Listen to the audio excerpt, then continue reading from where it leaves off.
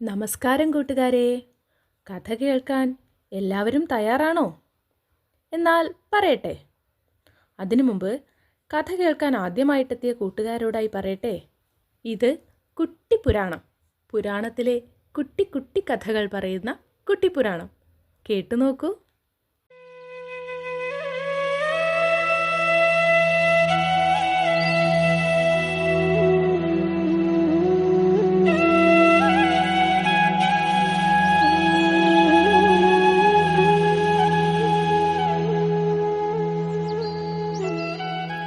രാക്ഷസന്മാരുടെ രാജ്യമാണ് ലങ്കാപുരം എന്നല്ലേ നമ്മൾ വിചാരിച്ചിരുന്നത്.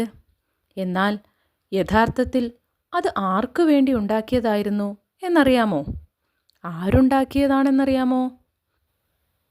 അത് ദേവേന്ദ്രൻ പറഞ്ഞിട്ട് വിശ്വകർമാവ് നിർമ്മിച്ചതായിരുന്നു. പിന്നീട് ബ്രഹ്മദേവന്റെ വരം ലഭിച്ച മാല്യവാൻ, മാലി, സുമാലി എന്നീ രാക്ഷസന്മാർ തങ്ങൾക്ക് താമസിക്കാൻ വിശ്വവിസ്മയകരമായ ഒരിടം വേണമെന്ന് വിശ്വകർമാവിനോട് ആവശ്യപ്പെട്ടു.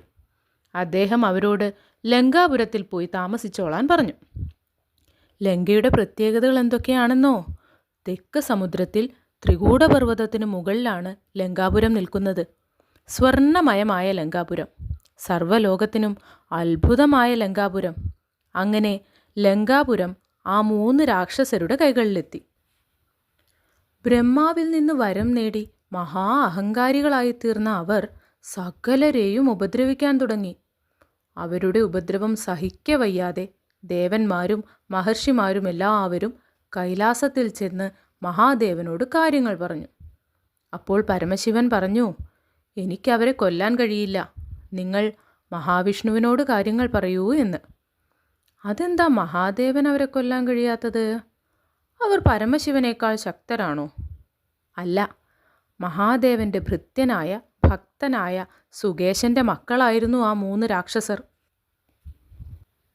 പരമശിവൻ പറഞ്ഞതുപോലെ ദേവന്മാർ മഹാവിഷ്ണുവിൻ്റെ അടുത്തെത്തി കാര്യങ്ങൾ പറഞ്ഞു. മഹാവിഷ്ണു യുദ്ധം ചെയ്ത് മാലിയെയും മറ്റനേകം രാക്ഷസരെയും കൊന്നു.